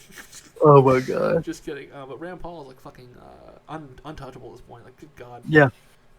Yeah, but that man's sturdy as fuck. Yeah. Regardless, I think he'd be really good. But we're getting off track here. Yeah. I kind of was just saying the point that I was making is I don't think he did any worse that really anyone on the stage other than Rand Paul would have been. I think Ted Cruz would have been slightly better on the spending simply because he would have made deals with Democrats. He's not. That's true. Yeah. He's partisan enough not to go along with anything they say just because it gets things moving. Yeah, right. Yeah, that's true, and you can see that from what he's talked about on the podcast and what he's done in the Senate. That's probably true. Sidetracked into other people too much. Yeah, of course. I guess another con for me would be some of this foreign policy stuff in the very beginning. I think actually was pretty awful. You have his very first raid that he approved. I think ended up killing a 6-year-old girl. Not his fault, but the fact is, why? Why are we putting ourselves in situations where that's occurring? He's increased drone strikes, unfortunately, which I don't like. But that's more of a minor thing. It's not minor to the people getting blown up. I'm sure the children getting blown up don't appreciate it. Yeah, no. For me, it's minor because I don't see anyone else doing better on that. I think Obama increased drone strikes, and Trump did, of course, too. So it doesn't surprise me. But I would say that to an extent, I didn't particularly like how he handled Saudi Arabia on foreign policy. I thought that he makes, and he was being honest about it, thankfully. But it's we're selling Saudi Arabia these weapons. It's a great deal for us. It's a very, very good deal for us selling these weapons so they can use them against against innocent people. I guess you could say that. I mean, basically, Saudi Arabia is doing some human rights abuses that we're directly funding, unfortunately. Again, I think Jared Kushner laid out a good reasoning for all that sort of stuff. It's like, listen, you just got to play nice with these people because we have interest in those regions. Okay, fine, fair enough. Yep. Still not good. Still don't like it. More serious, I guess more serious now in terms of like domestic policy. Spending was a big issue, but another big issue I have is that there's times when he has a tendency to overextend the government into areas where I don't think the federal government really has a lot of reach. I appreciate him funding historically black colleges, but honestly, why aren't they getting the funding themselves? Like, why is the federal government funding colleges, period? And, I understand that why he would have done that, and why he might personally very much felt like he needed to do it, because he is more of a big government guy than I am. Yeah. He may have felt that was a totally legitimate move, and that they needed the funding, and then maybe they did need the funding. But if they needed the funding, if you need the funding from the federal government to keep going, like why are we giving you money? Right. It's like if you're not a viable business, then fuck off. I don't like the sort of bailouts, that sort of stuff, basically. Put it that way. Wow. It's a bailout tactic, though. I mean, you can say it's a necessary one, but that's exactly what it is. And I won't criticize him on bailing out like certain airlines and certain automotive industries. Although I don't think he really bailed out the automotive very much. That was more like a Obama thing. I won't criticize him for bailing out, like farmers and whatnot, because okay, fine. Certain industries, you need to maintain their infrastructure. I get it. For national security reasons, I can understand why you'd want to spend the money there. Personally, I would love to avoid doing that, but I can understand the argument enough that I'm not going to say I can't really make a good argument against it, put it that way. Right, yeah. Even though I have a gut feeling that says, no, fuck the farmers. Yeah. But, so that would be another negative for me. Another negative I'd say is that he's kind of flippant with his language, and sometimes it actually is really concerning. Like when he said, forget due process, just go in and take the guns, I was like, ooh, okay, That was not good. Yeah, I've made mistakes supporting this man. Oh god. Yeah, but he did. Again, but he backpedals, and that was kind of for me like that was a lesson though. Was hearing him say something that's stupid, and then he backpedaled pretty quick. I was like, okay, don't take him seriously. Yep. Especially whenever he doesn't. Don't take him literally. Take him seriously, not literally. Yeah, exactly. So, especially when he doesn't put out like an executive order or anything on it. That's how you know that he's not actually really that serious about it. I was about to jump into that. Just going off that issue on guns, I think that he's been actually relatively meh on guns. Yeah. Again, better than any Democrat could possibly have been. I'm not claiming otherwise. Bump stock ban was bullshit. Yep. Letting the ATF get away with this stuff is bullshit. He needs to go in there and say, you're a federal agency, and I'll literally fire any number of you that I have to. Yeah, he should off. He should fire some people there. He should. He really should. He needs to. I'd say on guns, he's been kind of meh. He's only been better than Ronald Reagan in the sense that he's not banned machine guns or imports of certain foreign guns. Yeah. Otherwise, he feels very much the same in terms of guns. Mm-hmm. He feels the same. I guess he hasn't really been the same. To be fair, Reagan was much worse with guns than he was. Yeah. But not super great in guns, in my opinion. He's not bad, though. He's not bad by any means. Yeah, I would say he's bad. B plus. Yeah. B plus, B minus, yeah. Yeah, there you go. And then I would say that I'm not a big fan of him personally. I like his personality. I like the way he runs some of his businesses, but I don't necessarily like some of his character. Yeah, no. Specifically, the way he's cheating on his wife. And the other thing I don't like is the way he hired a bunch of his kids into his government, more or less. Having them help him out. Yeah. I'd have more complaints about that if it wasn't effective. But the fact is, he's raised some very, very talented children. Yeah. And if Jared Kushner, his son-in-law, wasn't good at doing the foreign policy stuff, then I would be complaining about it. But he's good. Yeah, but he's good. That's the thing is he's the only reason that's viable. The only reason that I'm not bitching about it like I would Hunter is because it's actually worked. I don't see it though as any particularly better than it's nepotism. It's nepotism, obviously. And I don't see it as being particularly better than other politicians have been at any point in time. It just happens to be that Trump, of course, being a business family, his people really put in there happen to actually be good at their jobs. Right, yeah. But that doesn't necessarily make it any better. Because they work in the private sector. Yeah, they personally may be more efficient at what they're doing, but that doesn't make the concept any better. I wish he would. Right, yeah. I wish he didn't have his family members in government. Simple as that. Mm-hmm. Yeah. He's also had stuff, where he's, sent like Secret Service and state and government employees to stay at his hotels and whatnot. Yeah. He cited it being cheaper than other places in the area with like discounts or whatever. I'm sure that economically, I'm sure it makes perfect sense. Still kind of gross. Yeah, it's kind of meh. Yeah, and then of course, just I'd say that some of his stuff with the federal government, I think he's overreached. Like I think Matt Walsh had a point. Like that was kind of no one really took too seriously. Was that I didn't like that he made like animal abuse a federal offense. It's like I'm not saying animal abuse is good. I don't want that to be the case there. I'm saying on a state level, it's already illegal. So why are we bothering with this? Why are you making this a priority? Why do we have to waste a day on this? I think that sometimes he does things purely for the political, and they overstep their bounds. Like making animal abuse a federal offense. Like I don't need the federal government to tell me I shouldn't abuse animals. That should be a state by state thing. Yeah. Specifically because animals don't have souls. So maybe some states just don't give a fuck. And that's your right. That's because they're not humans. So you're not violating their rights. I would just say that there is a pretty basic level of animal rights. I'd say no unnecessary cruelty. However you would legally define that. I'm not in favor of animal cruelty by any stretch. I'm just saying that on a moral and legal level, like why is the federal government getting involved in this? Mm-hmm. And why was that something Trump needed to waste his time on other than to look good? Right, yeah. Some more pros though I'd say is that I liked his approach to fixing the black communities. I wish that he was getting more support in that area because one of the things I thought that I really liked about his federal and his approach to the government in this case was that yes, the money did go certain places. There are large amounts of money going places, but the opportunity zones, one of his first things he put in place for that, isn't really necessarily about sending money anywhere in particular. It's more about tax incentives for investing. So that's nice. It's nice to see that he used the federal government, I think, in its proper role. If you're going to provide an incentive, you need to do it with taxes, not with grants or loans or anything. Yeah. So it's nice to see that he basically say, okay, lower taxes if you invest in a business over here. Okay, fine, that's pretty good. Yep. So yeah, I mean, I like that was a method. Of course, he sent money to the black community as well in large amounts, which I don't think is going to help anything. But maybe if Trump running the show, maybe it'll be a bit more targeted, maybe a bit more effective. But I kind of doubt it. But yeah, I like that. I like that. That was a mindset he had, which is that I'm not going to just throw money at the problem in this particular instance. I'm going to provide an incentive to make the private market fix it. Exactly. That's a good way to do things.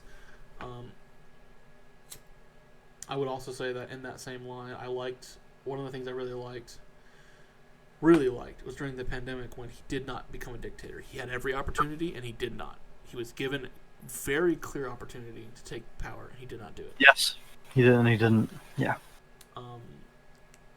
Not that at times he hasn't, overstepped his bounds, but who the fuck hasn't? Yeah. This is not a unique thing. Presidents test their limits in certain areas where they shouldn't, but I'm not expecting perfection. I'm just expecting a general adherence to the rules. And he went above and beyond in this particular instance where he was being asked by multiple governors to just outright take complete and total power. Yeah. And he didn't do that. So that was nice. I like that. I like that a lot. What I didn't like about that was how he was so quick to sign these spending bills. And the general budget was already a problem as it is, but these spending bills are terrible. These stimulus packages are going to kill us, man. It's not. You're going to be paying this off for decades. Yep. This is bad. This is going. Maybe it's not bad now, but trust me, you'll feel it a few years down the road. Right. Yeah. For sure. When gas is like $3 a gallon, like everywhere, not just in. No, that's not accurate. Because right now for me it's like $1.90 where I am. So, but maybe where you are it's more expensive. But when gas is like say $5 a gallon everywhere, then you'll know you fucked up. Yeah. But it's interesting. Although to that effect though, and one of the other positives is energy independence. Yeah. I don't know if we talked about that. We're energy independent. We did not. So, I want to talk about this specifically in foreign policy, because the meme is if there's oil, America will show up, right? Well, that's not a thing anymore. The incentive to start these foreign wars, if it was, as a lot of people on the left and centrists would claim, and probably some right-wingers too would probably admit that some of it was natural resources. We were going for oil. We want control over oil in these areas. If that was the incentive for a lot of our foreign adventures, then he has removed that incentive by allowing the oil industry to grow in our country so we can become the #1 producer of oil and become totally independent of foreign sources of it. Now, we still take oil from everywhere around the world, but we do not require it. Right, yeah, we don't have to. export a lot of it that if we don't have to export. Mm-hmm. So that's nice. The incentive has been removed to go into these foreign countries and secure oil supplies. No need to do it. So he's lowered tensions, I think, in the world. One of the things I also liked is that in foreign policy, he's been very, very consistent. If he says he's going to do something, he will do it. Yeah. So very... I think that he was struggling with North Korea, especially with what happened with Gaddafi, where we said we weren't going to go in. We said total Libya, get rid of your nukes, and then we'll all be square. And they got rid of their nukes, and then we went in and we supplied a revolution that killed them. We supplied a revolution, put up a blockade, saying not a blockade. We just didn't allow. The fucking aircraft. The airspace equivalent of a blockade. So no-fly zones. Yep. And basically, supplied the revolution so they could drag Gaddafi out into the streets and torture him to death. Yep. Good job, Obama. Good job. Thanks, Obama. Thanks, Obama. And I think that after we told him to disarm, and he did, and then we, in a roundabout way, violated the Geneva Convention because we didn't directly do that to him. We didn't directly torture him in the streets and then slaughter and then murder him. But we sure as fuck paid for it. Yep. And everybody knows that. So you ask people like North Korea, okay, why does he have to be so nice to North Korea? It's like, okay, well, what do you think? Like, after watching that, do you think he goes over to North Korea and goes denuclearize? And they're like, oh, yeah, sure. It went so well for the last guy. Right, yeah, exactly. So I will forgive him on some of his squishiness foreign policy, people, if you even want to call it that. Because I think he was fighting a rather tough battle in the PR sense. Definitely was. And that's why Obama knew that it was a big threat. Because he made the problem. Yeah, exactly. Obama came in and he's all like, okay, listen here. I went to bed real bad, but I'm going to blame it on America. And you got a problem solved now. It's like, fuck you, Obama. Fuck you. Yep. I would like to know to what extent he takes responsibility for that. I imagine not at all. Probably not. But that would be another pro from my side. I think I've gone over a lot of the cons. He's not a fascist. He's not a dictator. He's not overtly evil in any way that I can find. Yeah. But yeah, he has some real problems. Some things I'd like to see change. But you had the initial stuff where he was, dropping bombs in Syria and increasing troops in certain areas, and he's backed off. Initially he was a bit more heavy-handed with the military than he is now. I think getting rid of Bolton was nice. I think getting rid of Mattis is nice. I think getting rid of the Warhawks and his group was nice. I think he's making real efforts to be a very peaceful president.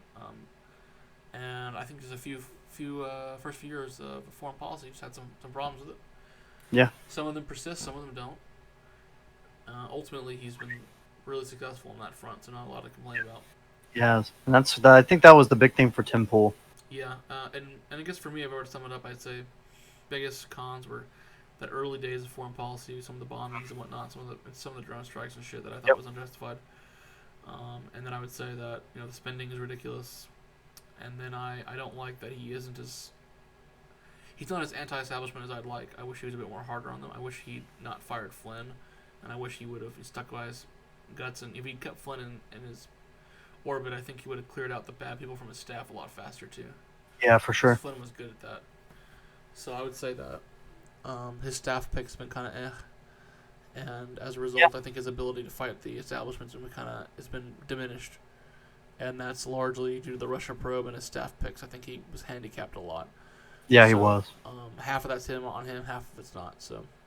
Right. Yeah. Kind of, I don't know. Take it or leave it. I think that he could have been slightly better on the establishment, but I mean that's the swamp, or if you want to call it.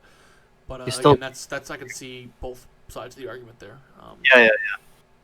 So I'd say financial stuff, some of the initial foreign policy, and then I just generally speaking don't like some of his flippant remarks he makes. Yeah. But on policy, it really is just that spending stuff. That's really getting me more than anything. So otherwise, I'm pretty cool with the dude. Yeah. All right. I think we covered Trump pretty well. If we want to move on to Biden, I think we've been on here for like 2 hours and almost. Yeah. Okay, Biden gets 15 minutes because that's all that guy's worth. Yeah, no. Corrupt as shit. Never done a damn thing worth anything. Yep. That 1994 bill had some good aspects, some bad aspects, but ultimately was bad for the black community. So fuck that guy. Yeah. And he's kind of racist. Yeah, it kind of is. Not wanting his kids to grow up in a, quote, racial jungle. Yeah, and say if you don't vote for me, also you're... Kamala Harris. Fuck that bitch. Fuck that bitch. Oh, yeah. Screw her, too. Bitch. Freaking family-held slaves. And then use California inmates as slaves. Get that shit out of here.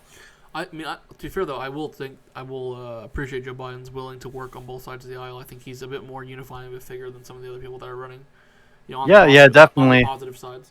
I think he's probably a lot nicer than some of the other people that are running. I think. I don't know, man. He was kind of rude. No, to Trump and all these reporters. I don't know, man. He seems like kind of a dick. Okay, you yeah. Really upset when I said he was a nice dude. Fucking calm down, Wyatt.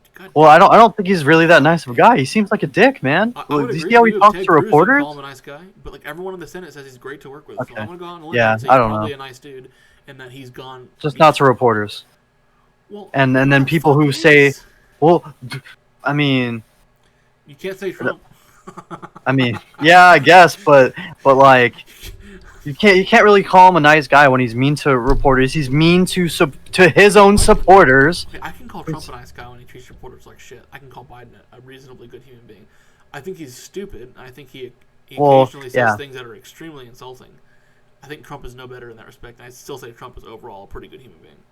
Yeah, but hold on. But what I'm saying, the reason why I don't think Biden's really that nice of a guy, he literally he insults his own supporters and say, "Oh, you can go vote for Trump then." Like, this dude, and hey, look, fat. Like, he's not a nice guy, man, to regular people. Maybe to his fellow senators and shit, but he doesn't seem like a nice person to me. Whenever he does that, when he feels he's getting attacked, he's more defensive than he should be. Yeah. But you have to admit, in every one of the situations, he feels like he's getting attacked. So yeah, I'll give him the benefit of the doubt. He's probably a nice enough person on an individual level, but he's extremely corrupt in terms of blind eye to some really bad shit. So just calm down. Yeah. Don't be so fucking defensive, Christ, man. I'm not. I'm just saying that. Very animated about that. Just okay. Because I don't think he's that good of a person. I don't know. He's corrupt as fuck. But I think he's no. But that's not what I'm saying. I'm saying I don't really think he's that nice of a guy, strictly because of the way he treats normal Americans, you're gonna have to admit that Trump who are his own supporters. Yeah, but not to his own supporters. Yeah, but I mean, to be fair, that guy the fat guy, he wasn't a supporter. He was an Elizabeth. I'm not talking about that one. I'm talking about the one who was asking him about who was like part of the workers' union or some shit. He wasn't a supporter of Biden either. He was just a union member. He actually. Well, I'm pretty sure that there was somebody who was a supporter, and he said, "Oh yeah, well you should go vote for Trump then." And he was like, "I'm not a Trump supporter. I want to vote for you." That would have been recently, I think. No, this was in the primaries. And there wasn't his supporter. I think it was an Elizabeth Warren supporter. I think. No, it was a Biden supporter. Okay, I can't remember it, and I don't care either. It doesn't bother me at all. I don't know. You're being very animated about this, and I don't have the internet for it, so I'm just gonna drop it because I could give literally less than 2 fucks about your extraordinary animus for this man. No, I don't. I just don't think he's that nice of a person. Whenever you look at him doing that, he's been very personable to all the people. In every clip I've seen, he's very personable with the other senators, which he doesn't have to. That's what I'm saying. With the other senators, yeah, but I'm talking about regular people. I think and he's rude to them. He's reasonably okay. Oh yeah, calling people a lying dog-faced pony soldier. Yeah. Call just straight up calling people fat, as a nickname. First of all, challenging a guy to do push-ups. No. Secondly, he wasn't a Biden supporter. That guy was Elizabeth Warren. I mean, it doesn't matter. He's still insulting regular people. Yeah, but so does Trump. Which I don't. Yeah, but not to the same extent. He also called. What did he call Trump supporters? Didn't he call us like? I'm not talking about deplorables because Hillary Clinton did that, but he came up with a nickname for Trump supporters too. So I don't. Yeah, he's an asshole in certain respect. I think on a personal level, he's probably a reasonably okay dude. It's just that I don't know. I think he's corrupt as fuck. That's all. Yeah, no, he definitely is. Like, I don't find him to be any worse than the other politicians. Like, you think Ted Cruz wouldn't get fired if he got in his face and asked him some stupid ass questions? Well, I feel like a lot of those questions weren't stupid questions. Yeah, Biden's point of view, right? Well, yeah, but Biden is pretty senile, so. That's exactly my point. You don't know if he's in his right mind all the time when he does this shit. Yeah, I guess. When you call someone, he said, like, "Listen here, fat." Like, look fat. Really not thinking. You're a lying dog-faced pony soldier. Like, wait, what? So like, you're not listing examples where I think that he was in his right mind. I'll put it that way. The Union guy was the most obvious example where the Union guy's like, "You can take away my guns," because the Union guy was clearly like right-leaning or clearly like, at the very least centrist. The Union guy was not going to vote for that. Was not going to vote for Biden. And he says, "You can take away my guns." Like, I never said that. I was like, "Well, actually, you said." He's like, "Well, listen here, you stupid bastard." Yeah. And so it's like, oh yeah, and then the fact that because Joe Biden's been consistently awful on guns. Like, he's an asshole when it comes to guns for sure. I don't find him to be on a personal level, like as far as character goes, any nicer or any meaner than Donald Trump. I just think I would agree with that. A lot slimier.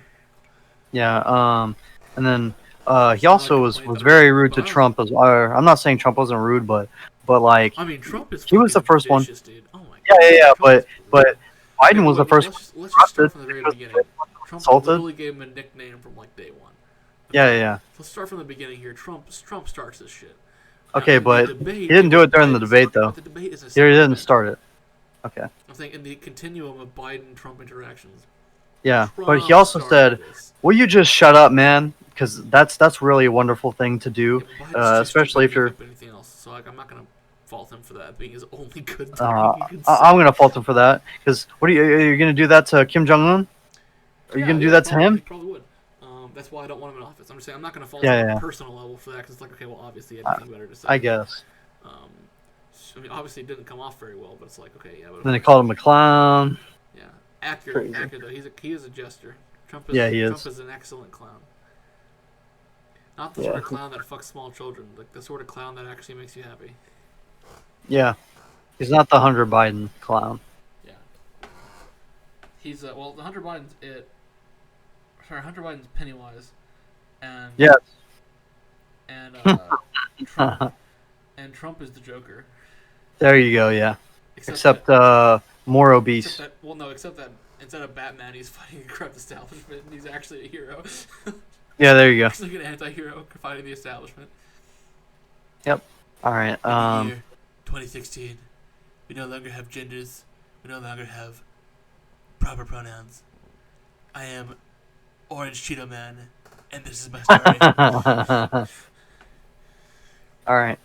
Anyway, the other thing I say with Biden that on a positive note, because I'm trying not. Yeah.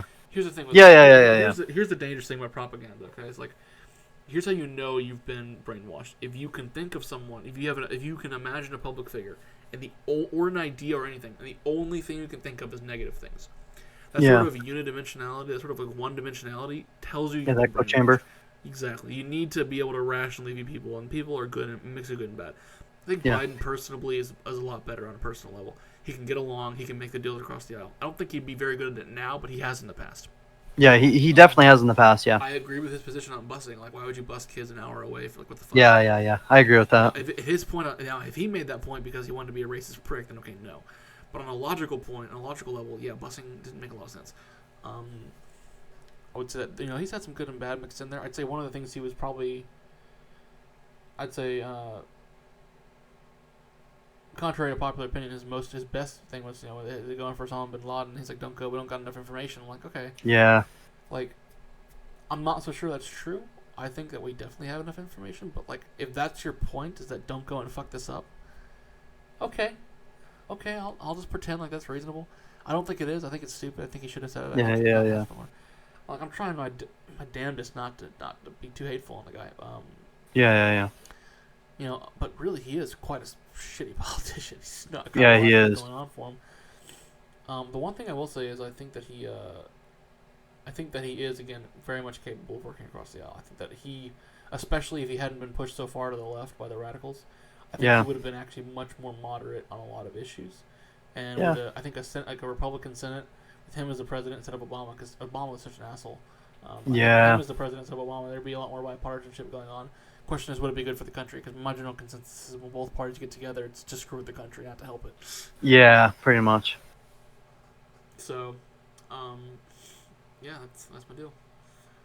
I'm trying to think. I could go into Kamala, but that wasn't really the point of the deep dive. I will say that she's and we've had a lot of things to say about her already. Yeah. We've already talked about her and her past and everything ad nauseum. Yeah. I think I'm gonna call it here. It's 3 a.m, and I actually have. All right. Well, hold on. So we need to make our final predictions. Okay. No, we don't actually. And I was promised an hour. Well, here we are, an hour and 40 minutes. Well, okay. Look. I will make it quick. Okay. We have put the links to both of our predictions. All right, that's all the time we have, folks. You try to make. Wait. Hold on. Wait. Hold on. Wait. Andrew, hold on. 3 seconds.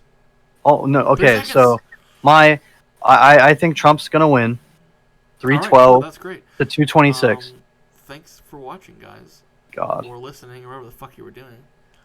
Hold on, real quick. At least tell me if you think whether or not Trump's gonna win. At least tell them that. I don't have any affirmative predictions on this because I'm not so sure about anything. The polls are very, very confusing. I think nationally they're dead wrong. I think on the state levels they're a lot more accurate. I would say that it's so much more of a dead heat than you're being led to believe it is. But to definitively say one way or the other, I think we'll be wrong at this point.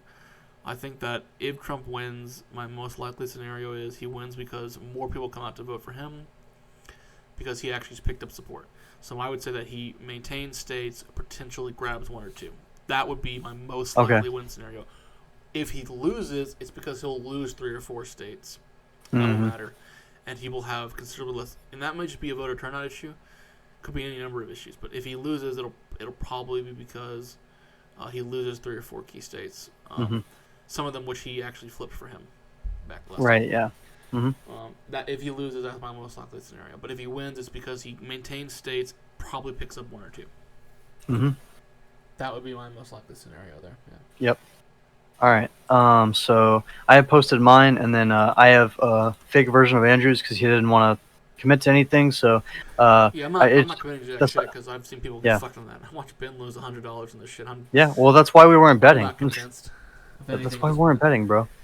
Yeah. So I put those links in the description.